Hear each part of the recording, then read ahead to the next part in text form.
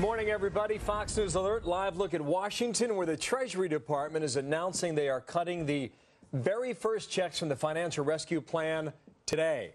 $125 billion going out to 9 banks throughout the week, but even before those checks are cashed, there are new worries about where the money is going.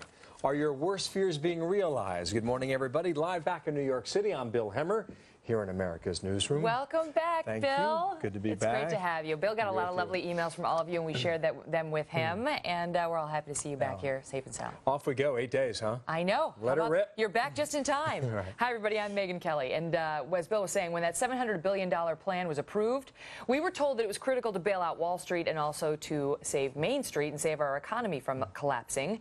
Now we are hearing that some of the banks that were bailed out have put aside billions of dollars in big bonuses for their top executives. And there's more. Yeah, some more warning about this. Joining us now to talk about the concerns, Republican Congressman Scott Garrett out of New Jersey, outspoken in his opposition to the first rescue bill. Sir, good morning to you. Good morning. You voted against this bill, and now you say taxpayers should be, quote, alarmed and outraged. At what, sir?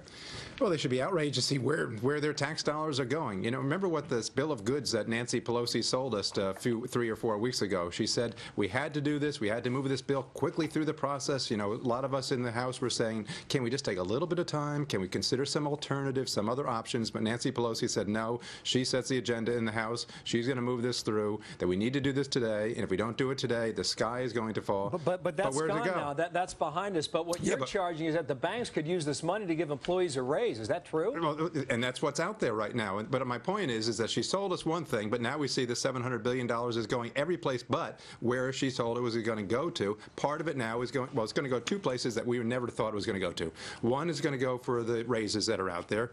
And you have to ask the guy on the street who is being laid off right now because unemployment is such as it is, or somebody else whose boss is telling him, you're not going to get a pay raise, you're not going to get a bonus. But guess what? Your tax dollars are going to go into this bailout, and they're going to go to Wall Street to give some astronomical raises to people in the financial sector.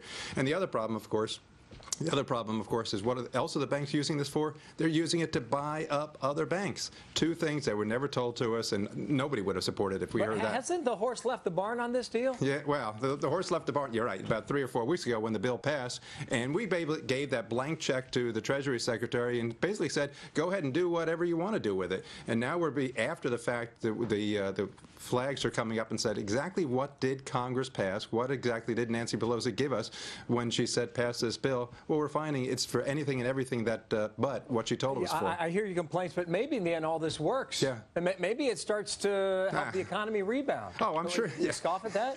Well, I don't scoff at that, but I mean, what would be better for that person who's laid off right now is to see that his taxes don't have to go up, just like the point that Barney Frank says taxes are going to have to go up. Well, why are they going up? Well, we're giving out bonuses, astronomical bonuses, to people on Wall Street from the taxpayers' dollars. That poor person who's working right on Main Street right now, he shouldn't be seeing his tax dollars going up. I hear your point, I understand it. Here's what the Treasury Department is saying about this, and quoting now, too many rules attached to the money would then discourage financial institutions from participating. In other words, they would be reticent to even make a move. Well, that was the argument that was made before, and that's the interesting. You raised an interesting point there because he said they wouldn't be able to buy into this thing. But what we found out is a lot of the banks didn't want to take this money. You know, here we go, offer $700 billion and $125 billion going to the banks. A lot of those banks said, no, thank you. We don't want this money in the first place. But Treasury basically forced it on them, and now they're taking it, and now they're using it for absurd things. Are you just raising an alarm on this, or is there recourse? Well, recourse.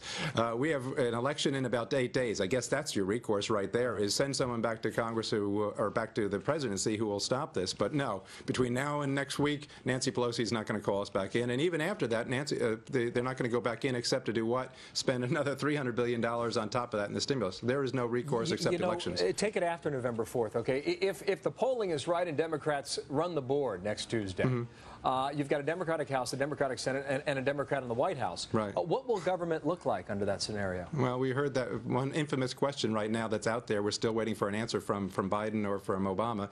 Will we be looking at some sort of a socialist type arrangement in government, and especially for Wall Street? You know, we had a hearing on this, and somebody from Wall Street said, well, we'll accept that $700 billion.